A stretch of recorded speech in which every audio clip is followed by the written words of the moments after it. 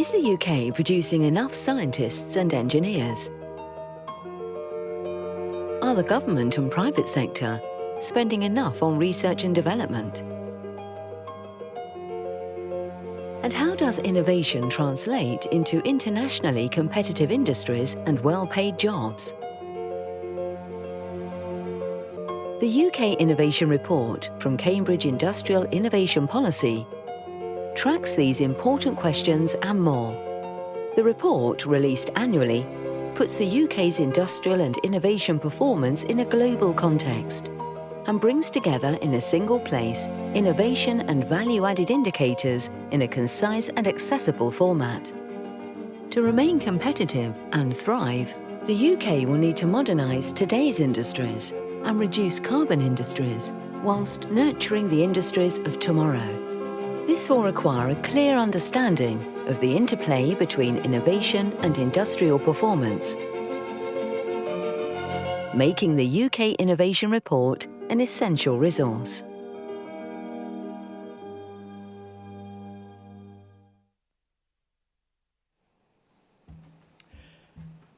Hello everyone, an ominous silence there. Thank you very much for joining us, both in the room and for all of those of you who are joining online on this glorious first day of spring. But I guess for people online who are in the Southern Hemisphere, this must be the first day of autumn. But neither way, it's a great day. So I have to do something very important first. This is not for online, only in the room. In case of fire exit is there and there. Go down the stairs outside. I should let everybody know that this event is being live streamed, but also recorded. And this recording will be made available via our website after the event. And you'll get a link sent to you once we've done a little bit of editing.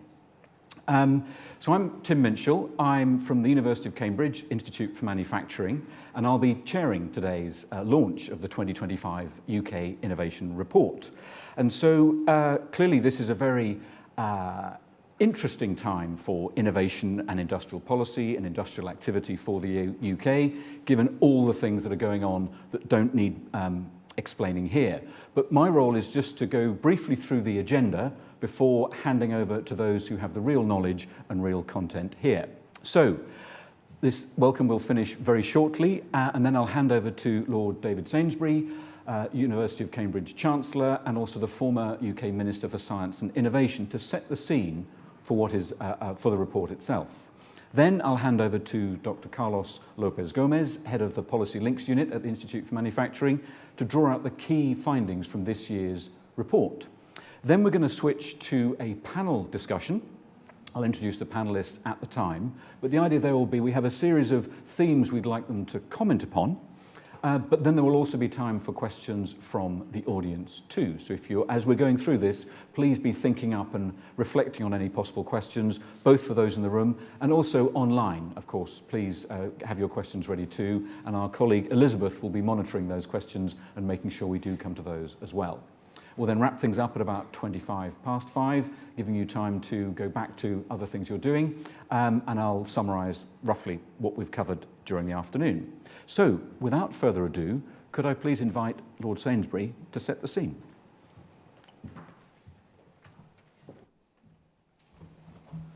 Thank you very much. I'm extremely pleased to have the opportunity to highlight the importance of the UK Innovation Report 2025.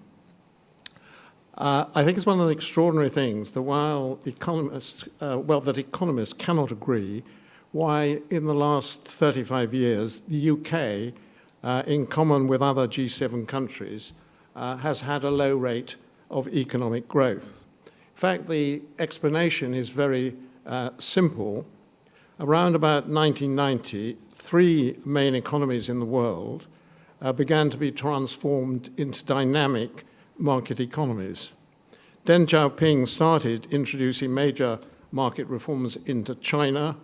Finance Minister Manmohan Singh started liberalizing the Indian economy, while the Russian Federation collapsed, and countries like Poland, which had a history of being a market economy, suddenly started flourishing again, and German companies particularly started putting their manufacturing plants there because of the cheap labor. And this meant that the G7 countries had to face a vast increase in competition from these huge countries, which have learned how to make the same products and goods as we do, and do so while paying very significantly lower wages to their workers. And the basic question we have to face is how should we respond to this? I think it's obviously nonsensical to think that the way to compete is by trying to lower the wages of the workforce in a race to the bottom. Instead, we should try to compete in what I called in a report that I did for Gordon Brown, to compete in a race to the top. That is, we have to move into the more knowledge-intensive, more difficult areas to be in, where our skills and knowledge can give us still some kind of competitive advantage. There is basically in the world economy a ladder of economic development, with at the bottom very labor-intensive industries which do not require much knowledge. That's industries such as cheap clothing, plastic products, and toys. It's in these industries that developing countries start their economic development, and because it's easy to compete in them, they have low wages. Then at the top of the ladder, you have industries like pharmaceuticals and AI, which are very knowledge-intensive, and because it's more difficult for companies and countries to compete in them, and because their value added per capita is much higher, they pay higher wages. So what one has to try and do in this world is move up that ladder of economic development into the higher, more knowledge-intensive, higher wage paying industries. Now the question is, how do you do that? And the answer is because it is innovation that really makes the difference. Because it's an innovation that enables a country to move up the ladder of economic development, and that means it is the real engine of economic growth. I think still too many people think that investment is the real engine of economic growth. But actually we live in a world where investment, capital investment, is incredibly mobile around the world. You can sit in London and invest your money in Silicon Valley if you can find the right investment people to do it with. You can sit in London and invest in Chinese venture capital if you want to. That's a bit more tricky nowadays because the Americans are putting a bit of heat on this particular issue. But the point is, capital investment will go, and it goes to the places where there are companies which are successful and producing world-competing, innovative products. In that world, it's clearly innovation is the key engine of economic growth. And that's why I think the innovation report produced by the Institute of Manufacturing at Cambridge is so important. I think this year again, Carlos López-Gómez and his team has done an excellent job, and the report includes a number of very important charts for business leaders and policymakers. I would in particular draw your attention to something which is called the Hamilton Index, which is part of chart 34. This particular index, most of the figures are produced by the Innovation and IT and Innovation Foundation in Washington. And it's a very interesting index because what it does is shows the extent to which a country's industries are concentrated in the knowledge-intensive industries of the future. Unsurprisingly, I think if you know anything about the international competitiveness of countries, you would not be surprised that in 2020, Taiwan, Korea, Singapore, Switzerland, and China were in the top 5 countries. These are the countries with most of their industry in these knowledge-intensive industries. I think the one country that people might be surprised about is in fact Switzerland. But that is only because most of us have a totally false view of Switzerland, which is essentially, it's an economy which runs on dirty money and moving money around. In fact, interestingly, it's a country which has maintained a very high level of very sophisticated manufacturing industries, and this is what has enabled it to be very successful in manufacturing, and indeed to have a strong rate of growth in recent years.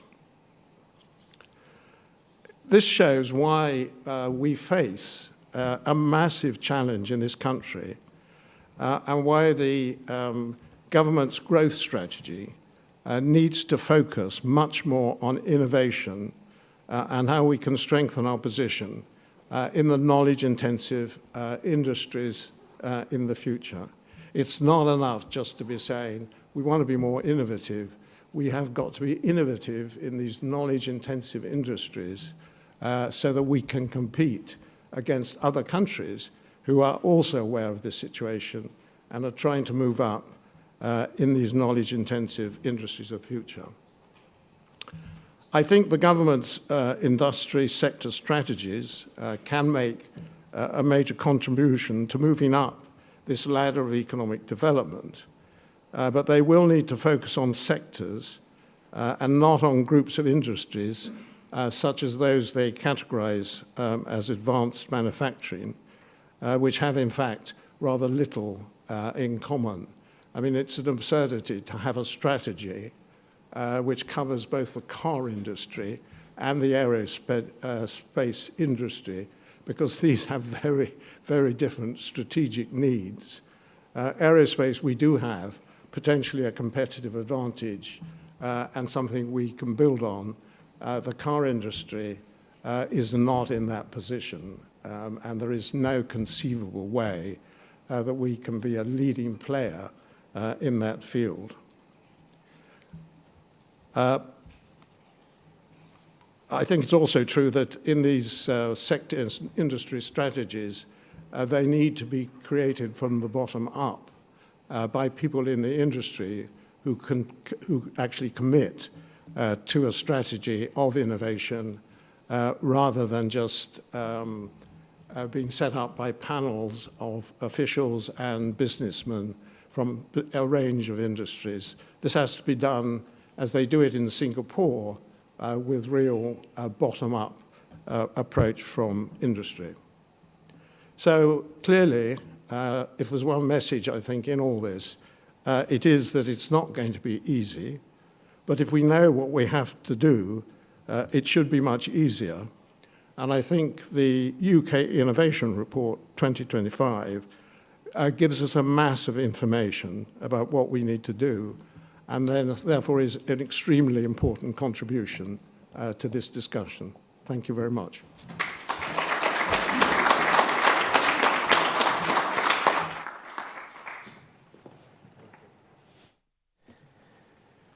Thank you, Lord Sainsbury, for setting out the context so nicely for us.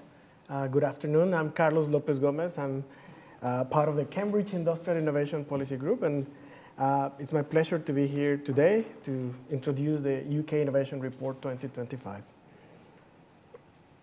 I'd like to first thank the team that put together this report, that made this event possible.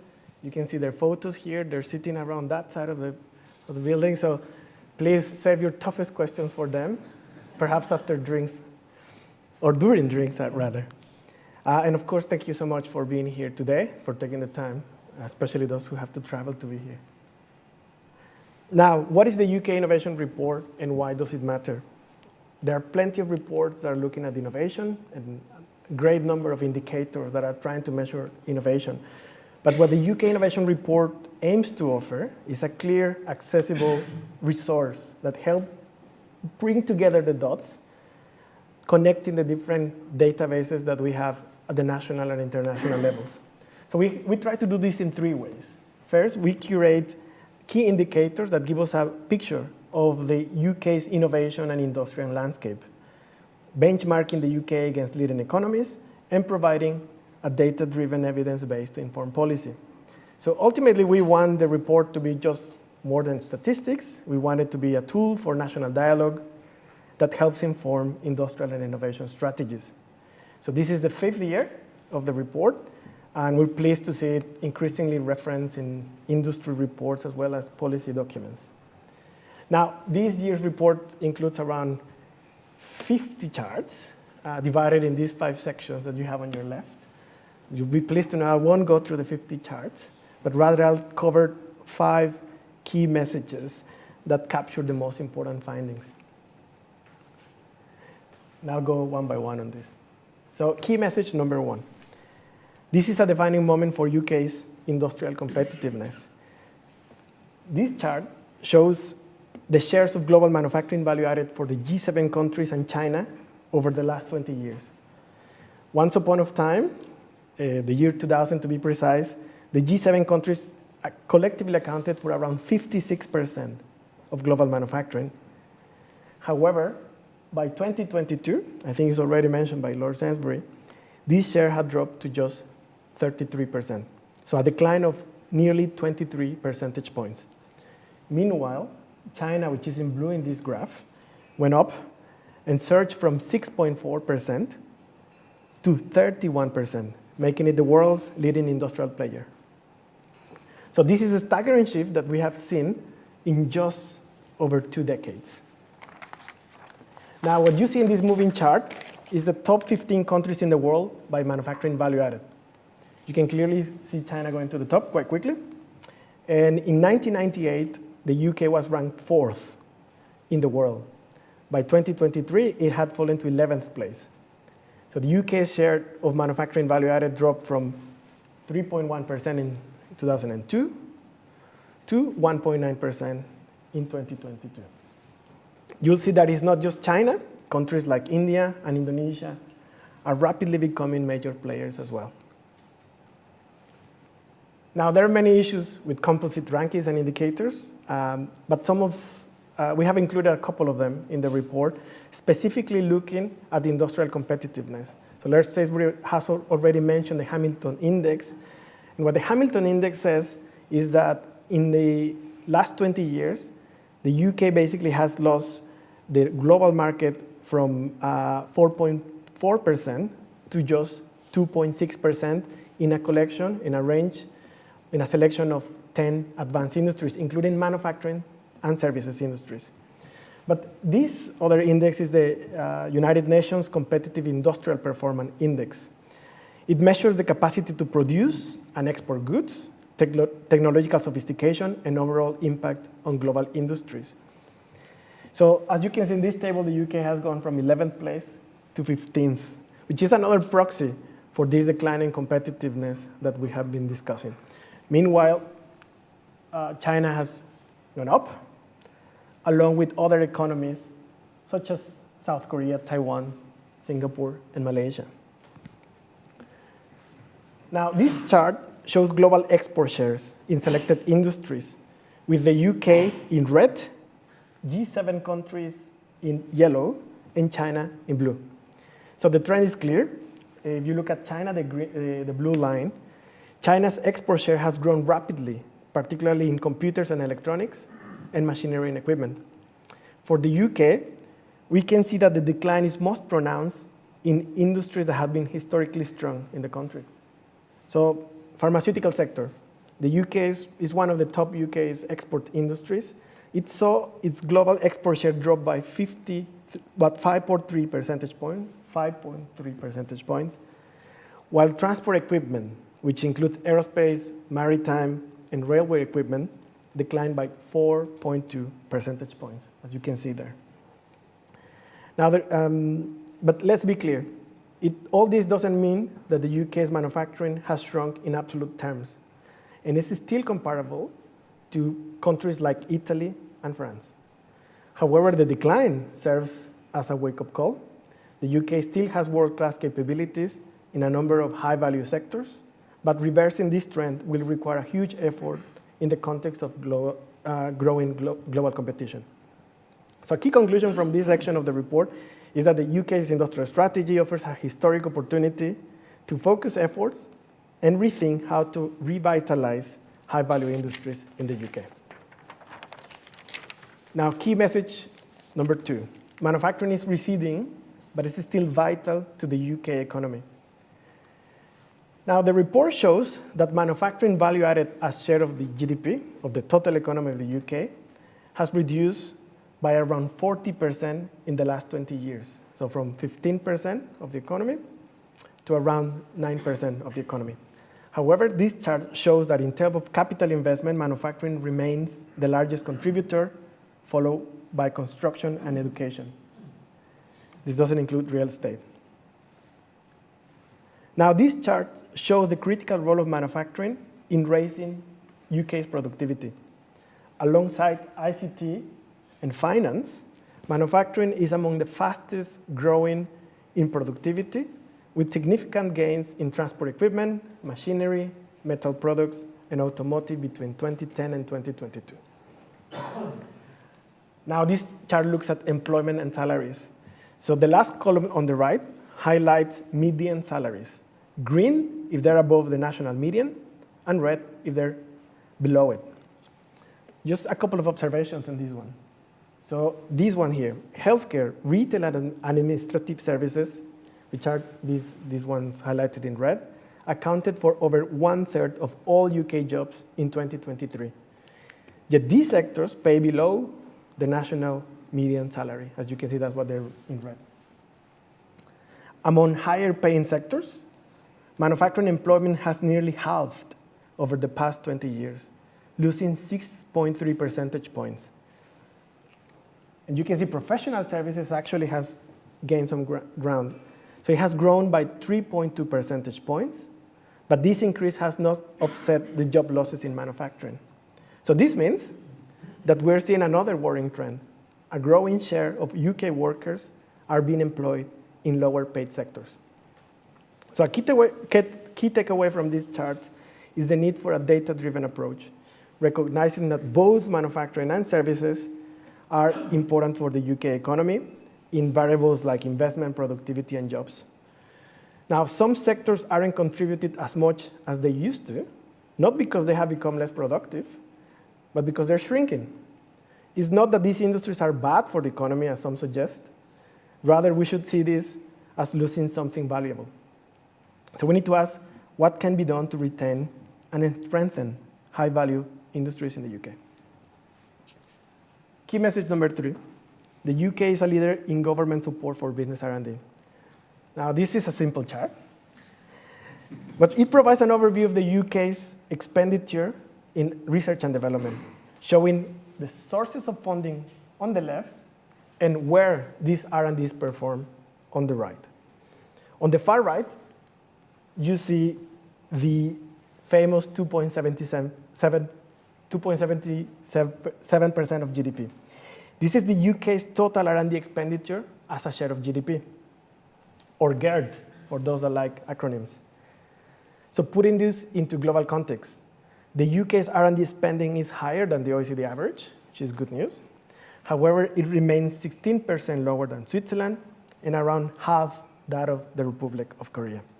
Now, if we break down these components, let's get rid of that bit there. The business sector in the UK funds 62% of all UK R&D. But this is higher in other countries, like US and Japan, much higher in Japan. Also, we see another thing that is different in the UK, which is that the UK's higher education sector performs 23% of total R&D, which is more than twice the share in the US and Japan, which tell us about the bigger role that academic research plays in the UK. Now, from a policy perspective, what is important to look is the flows. So especially this bit here, which is the bit that the government controls. So the ONS breaks it down into government and UKRI on the left. But if we look at the part that is highlighted there, we see that OECD shows that the UK's government direct funding to business sector R&D is equivalent to 0.15% of GDP, which is above the OECD average of 0.09%. If on top, in the next chart, that is the yellow bit that we saw in the previous graph. If on top we add the indirect support through tax relief, we see that the UK provided the highest overall level of government financial support for business R&D as a share of GDP among OECD countries. As you can see in this chart, that's where the UK is #1 in there. This reached 0.48% of GDP, which is more than double the OECD average. It is important to note, however, that 2/3 of this support came in the form of R&D tax relief, and only 1/3, or less than 1/3, through direct funding. Now, this trend reflects a broader trend across all OECD countries, or most OECD countries, that are increasing the share of R&D tax incentives. However, this is particularly striking in the UK. So, if we compare to the UK system, to the US system rather, the US tax credit scheme cost only 1/3 as much in relation to GDP as the UK's. Of course, there's more money there, but in relation to GDP, it costs only 1/3 as much in relation to GDP as the UK's. R&D tax credit now costs the Treasury around £7.6 billion a year. So some people actually call this the UK's flagship industrial policy. So all of this raises questions about R&D funding distribution. The OECD calls not only for larger investment in R&D, but also greater directionality in research and innovation to achieve national missions. So they argue that agnostic policy support, including R&D tax credits, favor incremental rather than radical innovation, and mature rather than breakthrough technologies. Now, key message number 4, UK's industrial workforce presents high tertiary educational attainment, but persistent skills mismatches. Now, in 2023, the UK workforce reported some of the highest level of qualification and skills mismatches among OECD countries. So let's see this survey data here. It shows that 37% in red of UK workers believe their qualification exceeded the level required for their job. 34% of UK workers felt overskilled for their current role, and 41% of workers report their field of study is not related to the most relevant field for their job. So, and you can see all of those are above OECD average in gray. Another important thing to notice is that despite having one of the highest tertiary education attainment rates, the UK has a lower share of workers with a vocational education. In 2023, 60% of 25 to 34-year-olds in the UK held a university degree, compared with the OECD average of 48%. However, only 22%, you can see the 22% in red, pursued vocational education, well below the OECD average of 31%, and significantly lower than other European peers like France, Germany, and Italy. Now, this is of course all relevant because addressing qualification mismatches and producing qualified technicians will be critical to closing skill gaps in high-growth sectors and ensuring that the UK is able to supply the workers needed in future industries. Now, key message number 5, finally, which is that the UK is a leading innovator in renewable energy technologies. Now, the UK has been consistently among the top countries with the highest public R&D expenditure in low-carbon energy technologies between 2013 and 2023, according to the International Energy Agency. The agency estimates that in 2023, as you can see in this graph, the UK spent in these technologies was around $1.8 billion, which is lower than France, Japan, and the US, but higher than Germany and Canada. Among low-carbon technologies, the highest public R&D expenditure in the UK in 2023 was in nuclear power technologies, energy efficiency, and renewables. However, it is important to note that most of the actual production of these technologies is taking place elsewhere. For example, China is responsible for as much as 75% of production of things like batteries and solar panels, and with a growing share in newer products like electrolyzers. So the key question here is how to leverage the UK's strong position in innovation. And it's important to say this is just an example of one area, but we see this in other areas as well. How to leverage this position as an opportunity for future industrial growth. Now to wrap up, just a recap of the 5 key messages and the big question they pose for the future. Now first, this is a defining moment for the UK's industrial competitiveness. Global competition is intensifying, but the UK still has world-class capabilities in key industries. The UK industrial strategy and the sector plans present a historic opportunity, but beyond the usual indicators like investment, R&D, and startups, their true success will be measured perhaps by one key metric, and that is whether they can reverse the UK's lagging competitiveness and restore its position in high-value industries. Second, manufacturing is resilient but still vital. Rather than getting caught on a false debate between manufacturing versus services, we need to focus on the data and recognize how these sectors reinforce each other and contribute to variables like capital investment, productivity growth, and job creation. Ignoring manufacturing's role in the economy contradicts UK's national policy goals and weakens the broader economic landscape. Third, the UK leads in government support for business R&D. But the big question is, what is the right balance between grants and tax credits to drive the goals of the industrial strategy and in specific sectors and subsectors? Fourth, despite high tertiary education levels, the UK still faces skills mismatches. Competing in future industries requires closing these gaps and boosting vocational training. So much is said about this, but how well is this problem understood in specific sectors and subsectors? And finally, the UK is a global leader in renewable energy technologies and other technologies, but how can we turn this strength into future industrial growth? Now, that concludes my overview of the UK Innovation Report 2025. Of course, there's much more in the full report, now available on our website. You have printed copies with you there as well.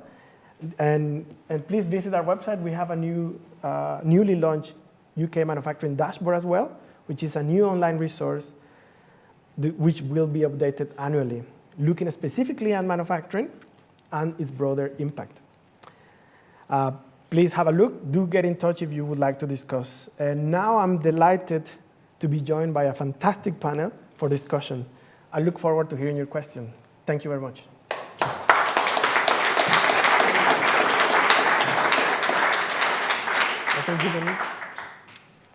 Thank you very much, Carlos, and thank you, Lord Sainsbury, for setting the scene so well. Could I now please invite our panellists to join Carlos on stage? And just to remind everybody, as we're going through this, or as you're listening to what you heard from Lord Sainsbury and from Carlos, any questions you've got, just start thinking about how you might like to frame them as we get to the open discussion. Now, first of all, thank you to our panellists for joining us today. We know you're all extremely busy people, and we're very grateful for you being here. But to start off, could I just ask each one of you to briefly introduce yourself, starting with Oliver. Hi, I'm Oliver St. John. So I'm the Deputy Director from the Department for Science, Innovation and Technology, who heads up the department's Innovation Ecosystem team. Hi, I'm Andy Parry. I'm based in the Department for Business and Trade, where I lead on innovation policy and the service sectors in our industrial strategy unit. Hi everyone, my name's Kate Fairhurst. I'm the Head of Policy at Make UK, and we are the trade body for manufacturers. Hi everybody, I'm Grace Atkinson. I'm the Head of Strategy for Atlas Composites, and we're an SME manufacturer of composite materials and tooling in Derbyshire. And you're still Carlos. I'm Carlos. Thank you very much. And perhaps a particular note of thanks to Kate, who's been stepped in at the very last moment due to a colleague unavailable to attend. So thank you very much, Kate. But also, Andy, you also were a late arrival, and we really much appreciate your time and your flexibility. Right, so the way we normally and usually start this off is by asking each of our panellists, having had a chance to look at the report, having seen the 5 key themes brought together by Carlos. Anything that you found particularly surprising? So the report always presents the data and looks at some of the things that are going well and some of the things that are perhaps more challenging. But maybe, Oliver, would you care to comment on anything to kick us off? Whole thing. Yes, there's always a high risk if I say I'm surprised by any of this, I'll get fired, given it's supposed to be my day job. I think what I said, again, I'd really re-emphasise the report is enormously useful for kind of us as policymakers. Incredibly helpful to kind of draw this stuff kind of into kind of an accessible format. I think what always kind of leaps at me is like, we see the kind of trends and indeed some challenges that I think we all kind of know about in this sort of space. And the government is really aiming to respond to those through our growth mission, through the kind of new industrial sort of strategy. What leaps out at me is that there are opportunities there. There are ways for the UK to seize that kind of future advantage. Carlos talked about, actually, we are really good at investing in business R&D. We have a good baseline of support that absolutely is the foundation for developing those kind of competitive capabilities that we want. When you look at data around the STEM workforce, actually there are really positive trends there about that growing and being there as a capability that the UK can draw upon to seize those advantages that Carlos kind of talked about. My only sort of thing that generally surprises me, so that as a policymaker in this space, is this slight frustration I always have about the weird ways we sometimes classify data. I personally hate SIC codes. And it's a problem we always run into, I think, as policymakers in this space. There are actually emerging and better ways we can examine the kind of data about emerging and new kinds of sectors. Not a criticism report, but more like a thing that surprises me, like collectively, we haven't we don't do more and more effectively. Thank you. Andy. So a bit like Oliver, I wouldn't say anything surprised me as such. A lot of the reflections in the report are quite similar to the insights that have come through our consultation on the industrial strategy, and it's a really helpful comparison. Maybe three reflections that I thought were quite interesting. So on skills, the point around mismatch I found really interesting. As part of, we know from what businesses have told us that skills is a key part of delivering growth. That mismatch of where we compare with the OECD and have individuals that feel they're overqualified for what they do needs to be incorporated as part of the wider effort on making sure we've got the necessary skills for the next 5-10 years and beyond. I was also interested, there was a stats in relation to business R&D spend comparing manufacturing with services. I was interested that actually they were quite similar. I think it was 48% for manufacturing, 47% for services. And I suppose my reflection there was when we think of R&D and innovation, it's really key to not just think of kind of traditional R&D spend in that regard, and that when we think of the 8 sectors within the industrial strategy at least, there's professional business services, creative industries, how their R&D spend is particularly key to consider, and how we kind of drive that going forward. And then thirdly, it was just the international comparisons, not one in particular, but it really kind of made me reflect that, as Lord Sainsbury mentioned at the start, we really need to kind of focus on the areas of UK strength where we can achieve strategic advantage, because the landscape is so competitive. Great. Thank you. Kate. Thanks, Tim. Yeah, like the other two speakers, much of the report findings align with what we hear every day from our members at Make UK. But there are areas that are especially interesting from our point of view, for example, where the UK sits internationally, which nations are growing and which are not. Some of you may have seen that last year Make UK did a piece of work to say that the UK has fallen out of the top 10 for manufacturing nations, and we now sit at number 12, which was quite a change given that we'd been climbing up the ranks the previous year and even leapfrogging France. And in light of that, we did a report again at the start of this year to say that manufacturers, in spite of that, are still really optimistic about the landscape. They want to invest, they want to grow in the UK, and they're really passionate about it. So I suppose the interesting question is, in light of all the information that we know, is UK manufacturing dropping, or are other nations growing? And we think in the case of us dropping to 12th place, it's probably more the fact that other nations are seeing strong growth. For example, we saw Mexico enter the top 10 for the first time, who have benefited from huge Chinese investments made in the first Trump presidency. So whilst we can't be complacent, and we're certainly not, we need to strive to get back into that top 10, and our manufacturers primed and ready to do that, and we just hope that the government can give them the right policy landscape to do so. Great, thank you. Grace. I think you've all covered the points that I wanted to raise. There was something that you brought up, Carlos, and I even put the page numbers of the report that I wanted to refer to. But when you mentioned about China and the fact that they've got such a high market share now, I'd actually wanted to comment on that, because even though you look at loads of goods that we buy and it says made in China, actually seen statistically written down with a graph with this change in shape. I've gone from 4.7 to 23.5% of global value-added market share. It's just staggering in 20 years, and I think that really resonated with me. And whether or not, I think Lord Sainsbury just summarised it perfectly. We can't race to the bottom. They are doing things that, and as you said, Tim, they've got lower cost labour. We can't compete with that. So that stood out. Skills mismatch, I've just got written down very sad, because it makes me feel really unhappy when you read that people feel they're overqualified for their roles. And how are we as a nation allowing that to happen?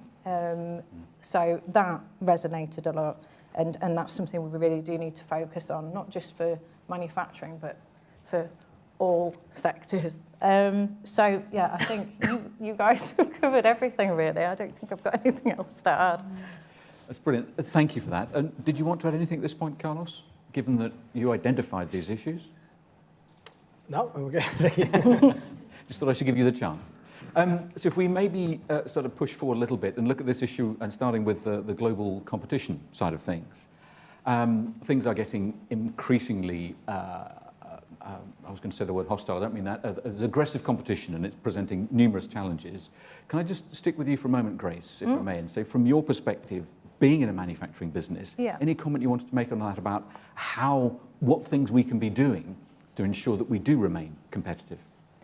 I think certainly for us as a small company who predominantly supply into the larger organisations, we've noticed that our access to any type of funding is challenging. So when we say about the R&D direct funding, it's an interesting one. I don't want to go into it too much in this context, but geographically where we're located, we don't see a huge amount of that, because it ends up going elsewhere. We're based in Derbyshire. I'll let you put those things together. So it's challenging in that it's difficult as a small organisation to innovate and to be funded to innovate if you don't have enough funds internally to enable that. Certainly the impact of the minimum wage increases has been a real challenge, and even more of a challenge with the national insurance hikes. So there's also the CBAM regulations that are coming through and what have you. So there's just, it feels like there's an enormous number of things are all happening at the same time that do make it very, very challenging, particularly as a smaller organisation, to be competitive. Most of our business is domestic, so we don't export a huge amount, but I don't think we would be able to do that successfully at the moment, just because we can't on price really, and I don't think we can really compete on an understanding of the requirements of the new legislations as well. And again, we need a bit more support from the primes that get a lot of funding, particularly in aerospace, to assist us with ensuring that we can actually meet the demands of the supply chain and flow that down. CBAM scares me a little bit, and the fact that it's just happening and there isn't really much hand-holding. But we have to find a way of being able to monitor all of our emissions and our entire supply chain and what have you. And it's a big challenge when you haven't got a large resource pool or a large pot of available funds. So sometimes what is classed as innovation globally and ticks the boxes for an innovation grant isn't actually innovative for a smaller organisation. Some things that are kind of almost generic are relatively innovative to enable the organisations to progress. So I do sometimes fear that we're going to get left behind a little bit as smaller organisations. So is it, there's issues of the general competitive environment which has been made more difficult because your cost base has risen, and I guess also energy costs? Energy costs is horrific, yeah. I know, Kate, that Make UK have been highlighting this particular issue as well of energy Yeah. costs. Yes, Yeah. no, we have. Energy costs are huge. It's the number one concern of our members going into 2025.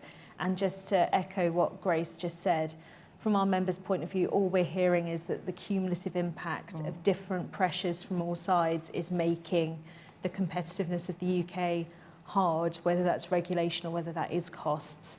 We've just done a paper on how government might look to simplify regulation in the UK. I could throw lots of acronyms out there, CBAM, EPR, and all of them that our members talk to us about every day. And if manufacturers are thinking so hard about how they can tackle these ever-increasing costs and burdens and regulatory frameworks, they're not thinking about innovation and growth and all the things we want them to be thinking about. Right, so it's, I guess, coming back to your point, Grace, Yeah. you've got those two things of the increased cost base and the burden of many things happening at once, with the essential need to innovate as well. Yes. Particularly challenging for any company, but particularly if you're an SME. Yeah. And then where you're located affects that as well. It does, Yeah. it does. And I think if we can get more support from the government with regards to enabling these shortcomings, it puts us in a much better position. As you quite rightly said, you can't innovate if you haven't got the resource or the funds. This is a perfect segue into the next point, thank you very much, Grace, which is if we look at those figures of declining manufacturing activity, depending how, again, to your point, Oliver, about how that's measured and the impact, the distorting effect of SIC codes and the changing nature of manufacturing notwithstanding, given that advanced manufacturing is one of the 8 growth areas in the Green Paper that is leading to our industrial strategy, I just wondered, maybe starting with Andy, any comments about where we need to prioritise activities to ensure we deal with this issue of, if it's a growth sector, we hear the challenges happening there, what can be done about it?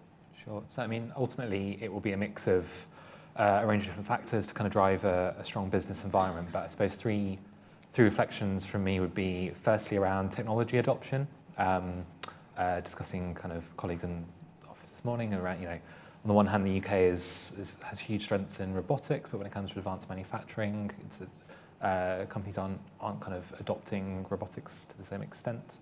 The stat, please correct me if incorrect, I was told this morning is kind of 109 robots used in companies for every 10,000 people, which I found quite a surprising fact. And so work is ongoing kind of within government, got the Chief Scientific Advisor and National Technology Advisor kind of leading a technology adoption review, which will help support the industrial strategy, really kind of identify the funding, the skills, the behavioural changes required to kind of really increase tech adoption, not just in advanced manufacturing, but across kind of our sectors. So to kind of extend that slightly to others, I mean, the use of artificial intelligence, even just kind of enterprise software, kind of for accounting, customer relationship, all of these kind of things to really apply technology as far as possible to increase productivity. Secondly, there's something around access to finance. I suppose it kind of builds upon this and helping companies really navigate the valley of death, the cliche there, and making sure that financial institutions, be they public or private, are aware of how to kind of, giving them the information and support to kind of take more risk, basically, and understanding that for manufacturing, for hardware investment, understanding that where that's such an initial upfront cost, that there's long-term value to be there.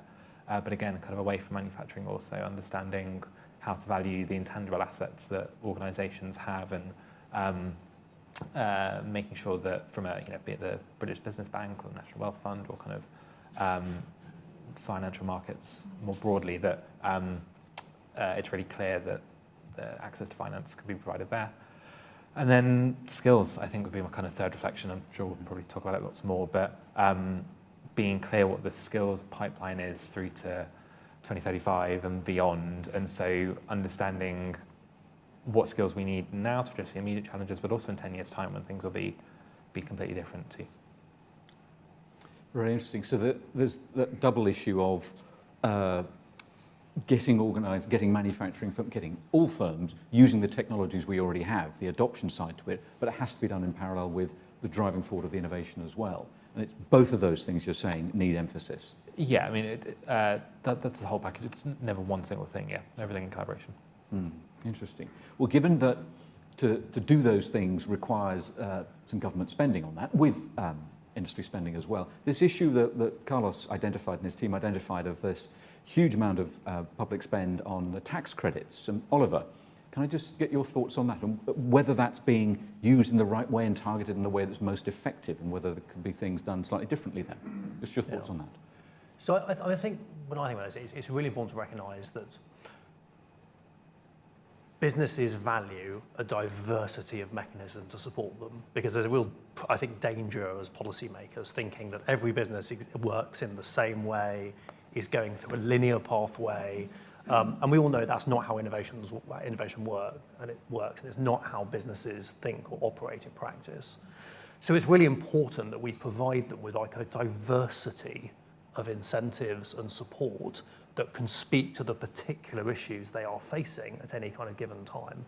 And that can take a wide range of forms, from R&D tax credits to kind of directed grants through to focused investments in kind of innovation infrastructure, like the catapults that we fund and allow kind of businesses to access.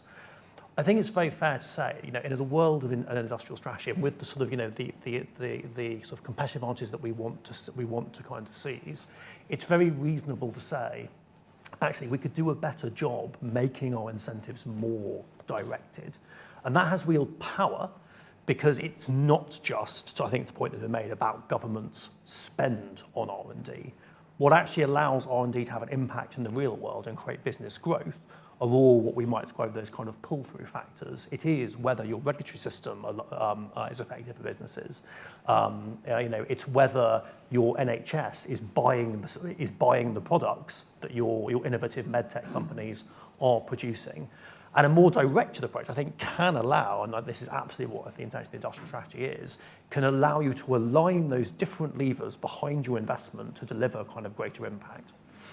But it's just worth remembering, I think remembering as well, that you also have to give businesses that flexibility. You have to remember that over the long term, new sectors emerge, new technologies come to the fore, and we have to create the space in our R&D system and our support for it that allows the things that government didn't prioritise now, but it should do in the future, to bubble up and become the successes of 20 or 30 years' time. Hopefully that makes sense. That's a great point. And it's having that flexibility to not be focusing on the key sectors we have now, vital though they may be, notwithstanding observations made by Lord Sainsbury earlier, but also to have the flexibility to say, as new industries emerge, how do we understand what's going on, let alone where to target things? So flexibility being key, I'm taking from that. Did you want to add anything on that so far, Carlos, before we head to something that I know will consume quite a lot of time, which is the issue of skills? Anything you want to raise? Well, I mean, when we developed the report, we talked to companies, we talked to industry associations, and I think I do recognize this point about competition and how many companies believe that they're not in competition with a region in Germany or a company in Singapore, but sometimes they're in competition with the whole industrial strategy of other countries. And, car company was telling us, well, we compete to the whole lander strategy of this region, right? And I think to the point that you mentioned and the flexibility of the variety of mechanisms, I think the sector strategies, sector plans could have a great role there if we identify, there's something that brings sectors together. There's some knowledge, some skills, around a product, around some knowledge type. But the companies are different. Smaller companies probably cannot access some of those big R&D grants, but they require other types of innovations, like whether it's lean or they're just spending on energy efficient technologies. So we see it as a pyramid. A sector is a pyramid in which you have at the top those smaller number of companies that will access those big R&D tax credits. And then we have kind of the basis of the pyramids. Many companies don't have R&D departments, engineering departments or design departments. So it's very difficult for them to apply for those grants. But in other countries, you will see that they get support from the land there or from the prefectures in Japan to do that basic innovation activity. And that's why I think the sector plans have a great potential if we look at it as something that brings them together, but at the same time, the variety of companies and the different types of support that are required for them. Really interesting. And so, if I may, Kate, from your perspective, representing a large number of industrial organisations, any reflections on that? I think, our main driver for the funding side is making sure that small and medium-sized firms have the support that they need. We've just done a report on how SMEs can be helped to scale up, and we found that if funding is targeted in the right place, an additional 83 billion can be added to the economy, and it would take us back into the top 10 of manufacturing nations, and it would take us to, in fact, number 7. And a lot of what we did was mapping out what the funding is and where it is. And there were 2 problems that kept cropping up, which was firms being continually unaware of how to access the funding. And it was the problem of having cold spots across the country where perhaps funding is more inaccessible than others. So we think it's really critical that government's aware that the landscape is patchy, has a plan to address it, and wants to plug the gaps that are there. Any other comments on that before we move to skills? So that's really helpful. There seems to be a key message there, which is back to Oliver's point. It's a variety of mechanisms needed, and the flexibility is needed, and there is great. It's a very diverse environment we're talking about here, from the smallest company to the largest company, across sectors that exist, sectors that are emerging, sectors that don't yet exist, but we know will in the future. So to skills. And I'm going to turn, where to begin with this? So we've all, I think, agreed that seeing those numbers writ starkly there and having that international comparison really is quite an eye-opening moment. But do we understand what the problem really is? And do we know what we could do about it? And I hope this isn't unfair, but Grace, turning to you first, any thoughts on that, on either of those points? I don't think people do understand what the problem really is, because we can see that there is a gap. We don't have enough people in manufacturing. We've got people who are overqualified for their jobs but don't have the vocational understanding, etc. But actually the requirements that a company like Atlas need are very different to, Vestas or somebody who are a much bigger organisation. And I think so the skills that we need now, I think we were talking about what we need now and in 10 years and what have you,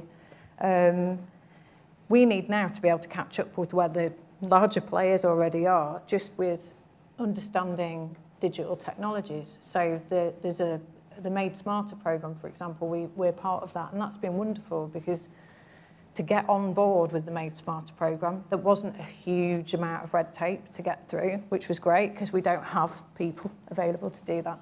But also it highlighted the fact that we are, as an organisation, and I don't think we're any different to most SMEs, is there's a lot of digital technology that's out there that we don't know about.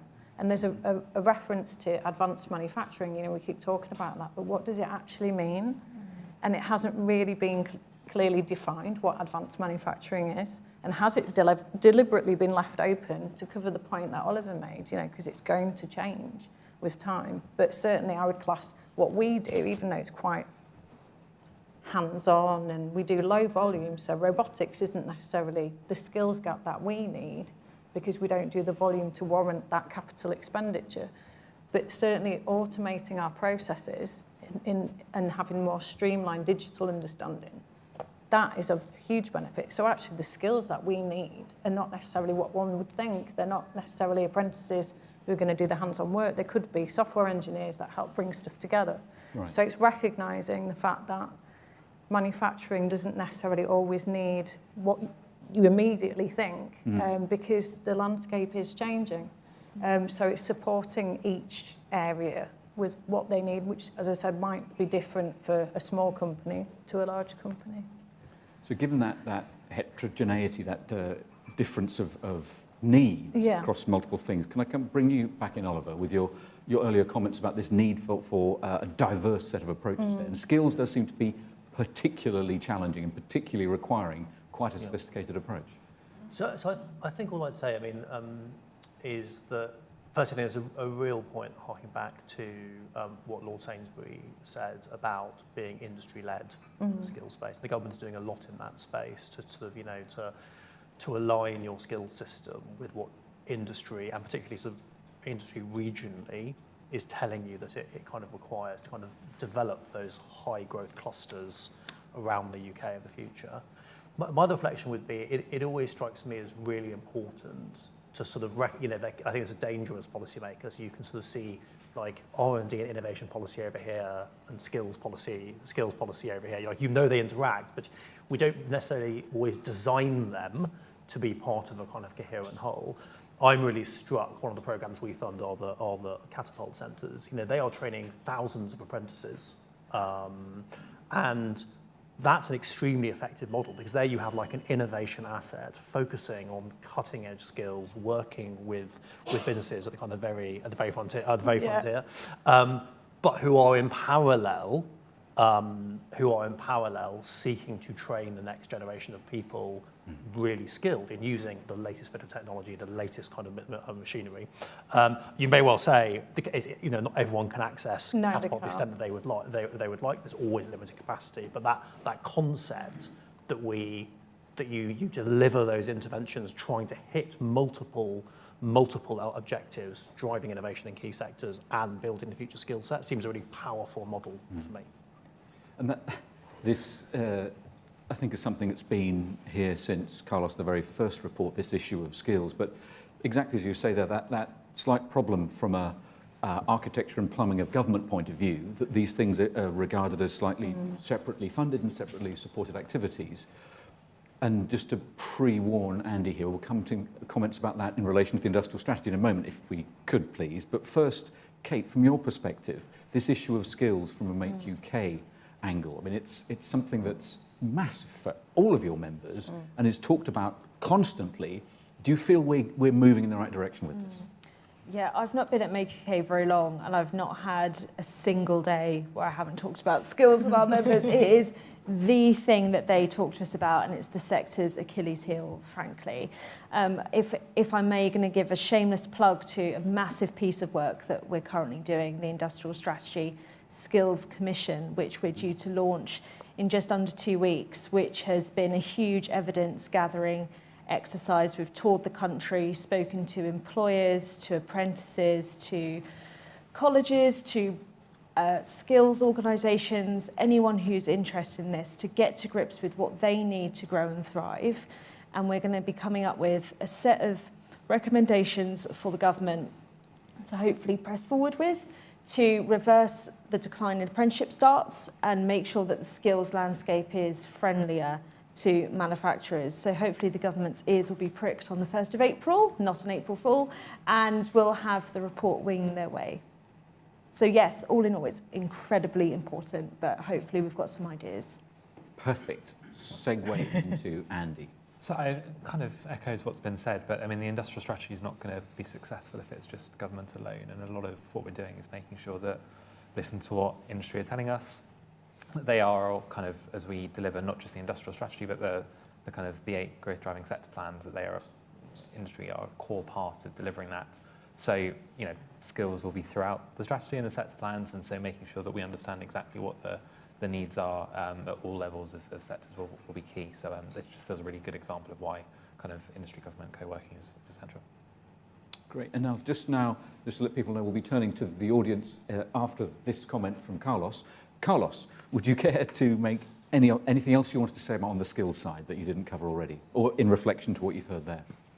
I think I'll go back to this point of the system, of the sectoral system and national system. I think, again, looking at how it works in other countries, what are the institutions throughout the country in the different regions that are supporting manufacturing firms, not only adopt new technologies, but perhaps with training, you know, with apprenticeships. And yes, when we look at and we compare the UK with other countries, you have, in the US, these systems of manufacturing support in every single state. So, they claim to cover 11% of all SMEs in the country, which is a massive number. So that means every single state at least have a center where they can go for support for skills, for training, but also for things like Make Smarter type support, right?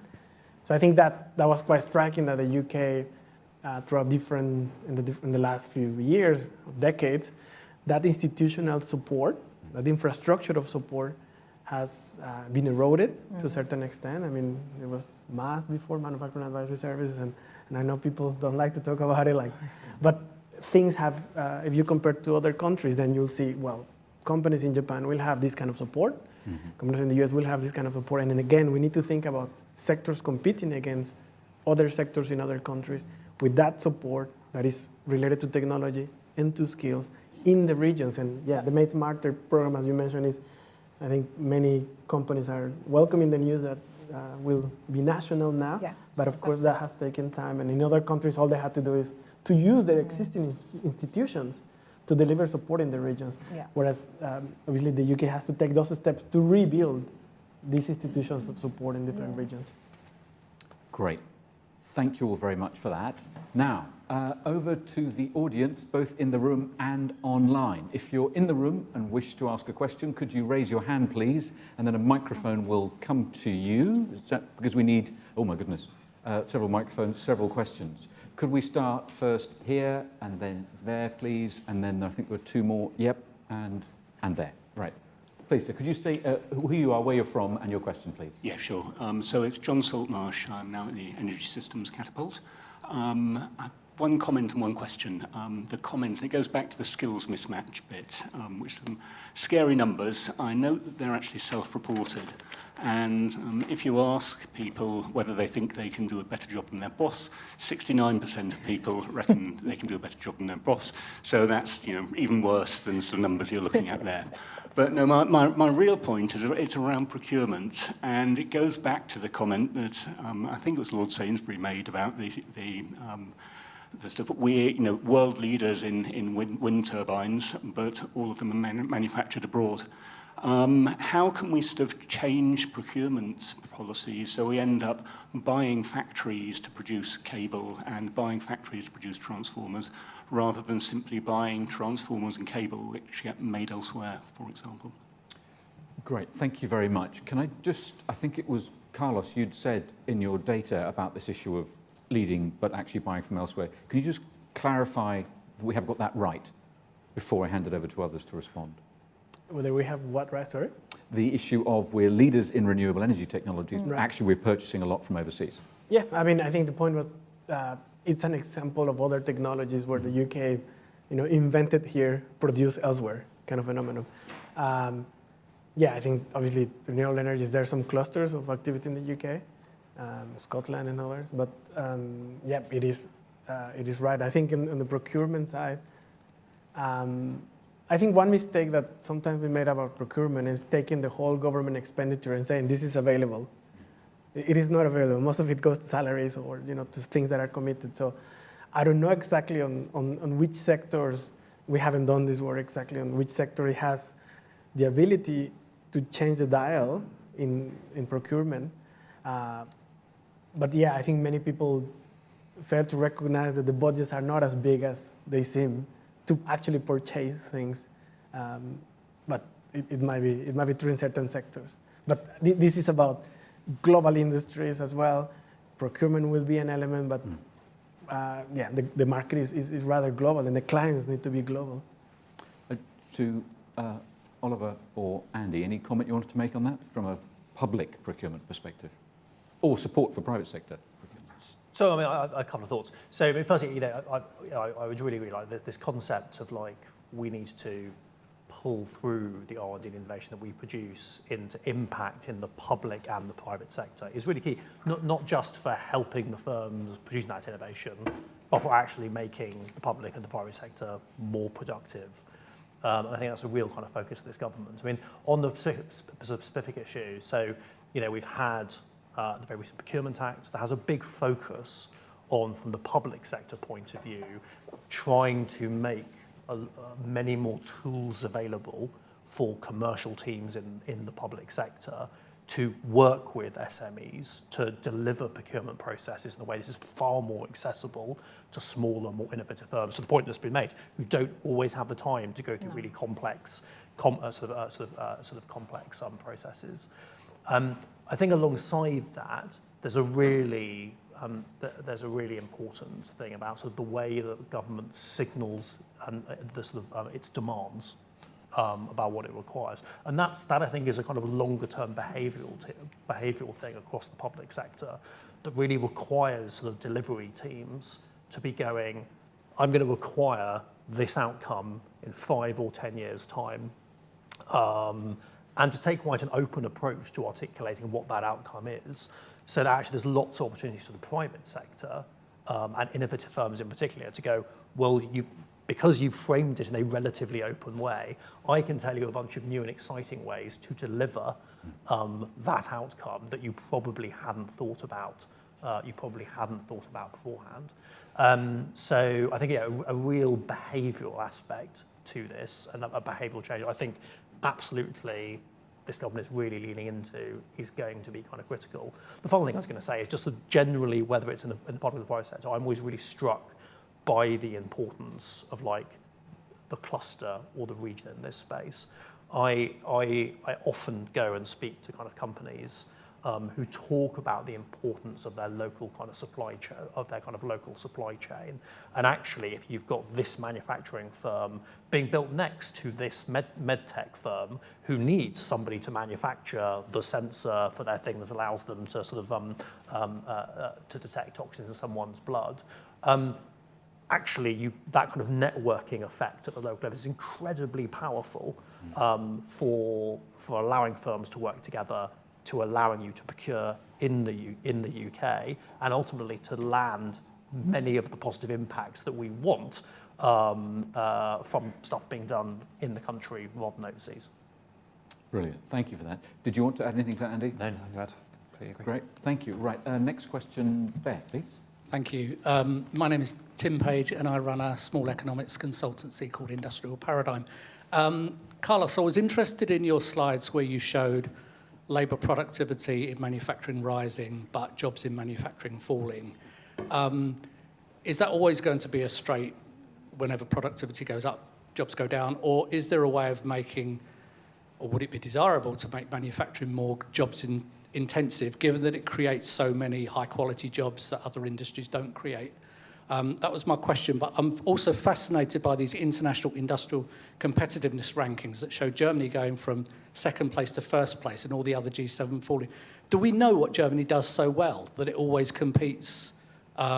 Is it a myriad of things? Is there one thing that we could really learn? Because we've been hearing, even 3 months ago, people said that Germany's economic model was going to fall off a cliff because it relies on Russia for its energy and America to buy its manufacturing products. And now they're about to spend an awful lot of money on defence equipment, so their economic model is likely to sustain. I mean, what is it that they do so well? Is there a lesson for us there? Cool. Carlos, it's all on you now. Those are simple questions there. I think in job intensity, I think we have an issue with language as well, with productivity, the issue of productivity. More productive firms don't necessarily always fire people. That's why manufacturing is still 30% of GDP in Korea, and over 20% in Germany, in Singapore, Japan. They actually have targets to keep more than 20% of their GDP in manufacturing because they understand the implications for productivity and for jobs. So it is, manufacturing is just the nature of the type of activities tend to be productive, but to remain productive, that means they need to be competitive. And again, who are the countries that have more robot intensity you talk about, Andy? I mean, again, it's Korea, it's Germany, it's Japan, it's the countries that still hire enough people, a large amount of people in manufacturing.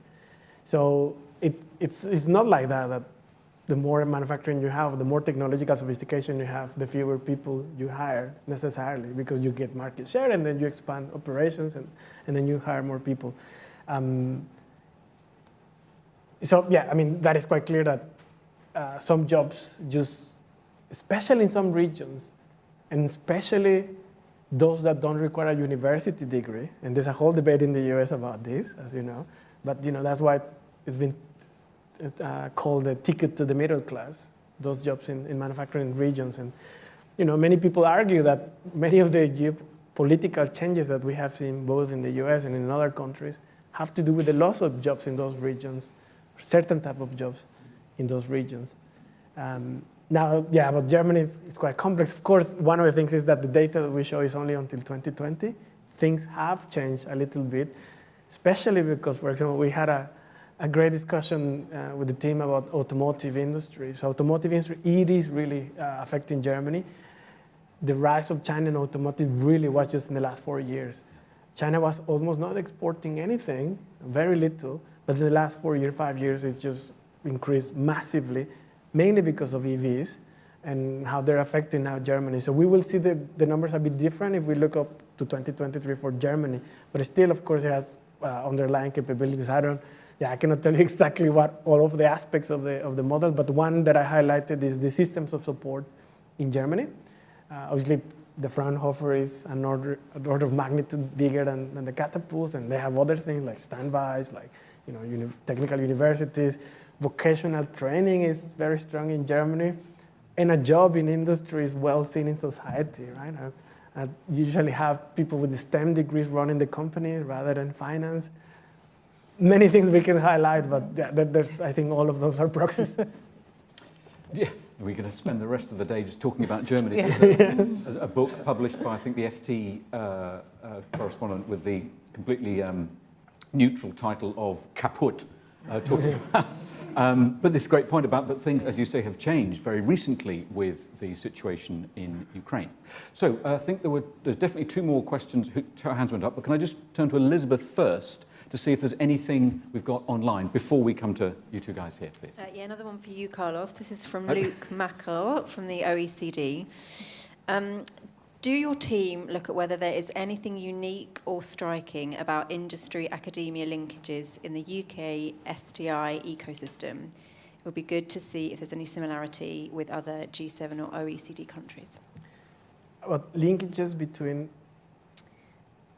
The UK STI ecosystem, between industry and academia linkages in the UK STI ecosystem. Right. Well, another easy question. I think when we looked at the Sankey diagram, I mean, one interesting thing is that we see, we try to compare the UK in terms of that funding. Where is the government spending the money? And what is interesting is actually in another project that we're working on right now, and my colleague David is leading that project, so you can ask him later. But it's about where does that funding actually go? So the question is, which sectors is R&D prioritizing in the UK? How does that compare to the sectors, high growth sectors in the industrial strategy? And whether it's applied or basic research. So I think those are key questions to understand the STI landscape. There is a perception that the UK funds more basic research and rather than applied. That has to do with the issue of scale up. And then the OECD measures experimental, which is another category of research as well. They measure basic, applied, and experimental.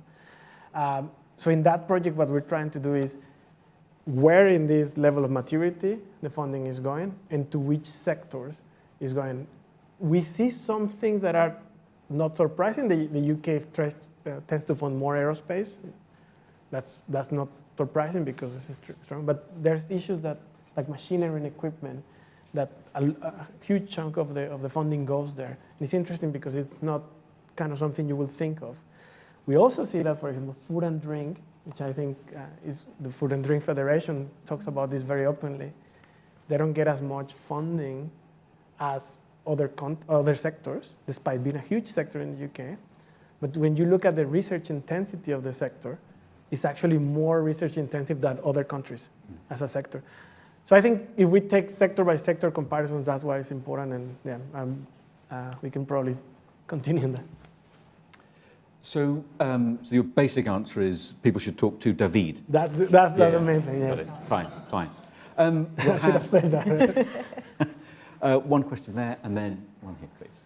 Please. Right. So I'm Balaji Srimulanathan. I'm the Director for Aerospace and Space at ADS, which is the trade body for aerospace, defense, security, and space sectors in the UK. So, look, firstly, I'd like to agree with some of the points raised about energy costs. So we are multiples expensive compared to our nearest competitors, France and Germany, for example, and, you know, we don't know where we'll land against the US with all the reversal of policies there. So we might be 6 times more expensive than the US. So it might affect competitiveness for manufacturers, especially if you're export-led.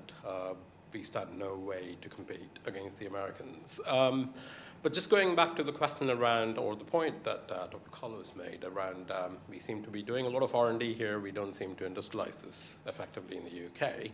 I think that's an issue that's not just hitting SMEs, that's an issue for bigger companies as well, right? So in aerospace, we've managed to anchor a lot of capability here. It's a high barrier sector. UK has a competitive advantage. We need to grow that. And it's a big market uptake waiting to happen, and we continue to invest. However, there is that question about industrializing here. How do we make sure that that continuity of support beyond, in government terms, TRL 3 to 6, which is, you know, a historic way of defining that value of death. Things have moved on in other countries where, you know, government industry co-investment goes beyond those fussy boundaries of TRL 3 to 6 to later stages of innovation and demonstration and closer to market stages. That is absolutely missing in the UK. You know, to your point, that scale-up issue and funding. And it's not scale-ups for startups, it's also scaling up for industrials. Often, you know, we find ourselves historically, industrial strategies too focused on startups, you know, and not really focusing on incumbent SMEs or mid-tier manufacturers as sources of innovation at all. It was always, oh, if you're not a startup, you're not an innovator. Is this industrial strategy going to do something different in that regard? And that's my question. You still have the same marginal pound issue, you know, fiscal constraints exist, so how is this going to be different to previous strategies? Well, I'm afraid... Sorry, Andy. Any comment you care to make on that, but also any of our panelists on that particular issue of scaling up? So just to understand the question was how will the industrial strategy kind of support scale-ups, but not just focus on kind of the newer startups? I mean, if I've understood correctly. So, I mean, we've heard a lot from kind of consultation responses whenever I speak with businesses. You know, the UK is very good at startups and struggles with scale-ups, and so yes, that's absolutely an aim to address that through the industrial strategy. We recognise that often this will vary across different sectors as well, which kind of where the kind of the very sectoral focus of the strategy will come in. The scale-up challenges for an organisation in advanced manufacturing is different to professional business services. So having that focus throughout is key, and then it's kind of similar to the other points we've discussed here of making sure that kind of blend of different functions and support with government, be it regulation, skills, finance, comes together, and a lot of what we're doing is making sure that package fits, as well as making sure that we're continuing to speak with business to understand the specific insights where they vary across their sectors. And if I may, Kate, is this something you're hearing from your members as well, this support, desire for more support for scaling things up?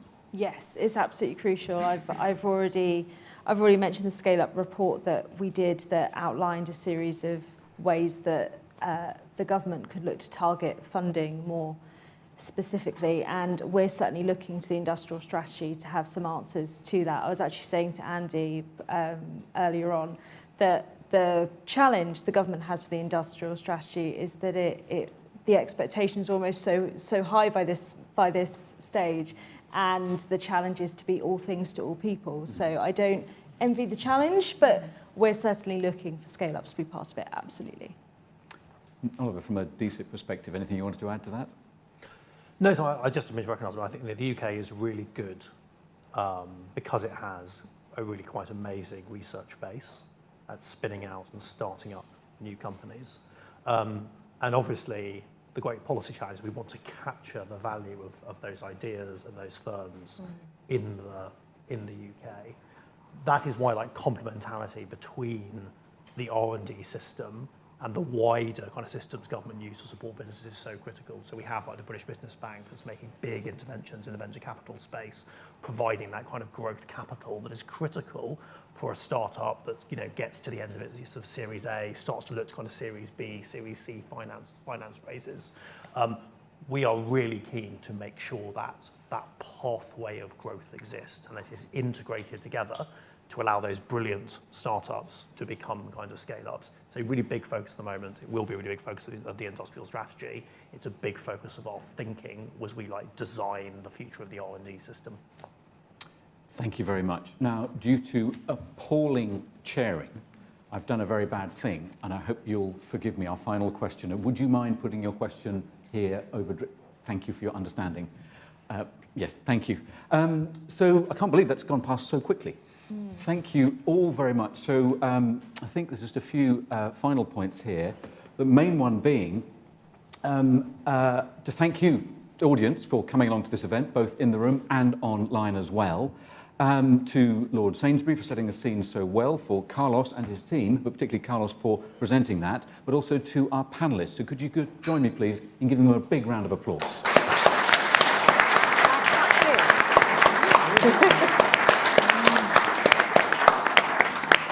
There's also been a huge amount of work to actually produce the report, so thank you to everybody who helped providing the data and putting it together.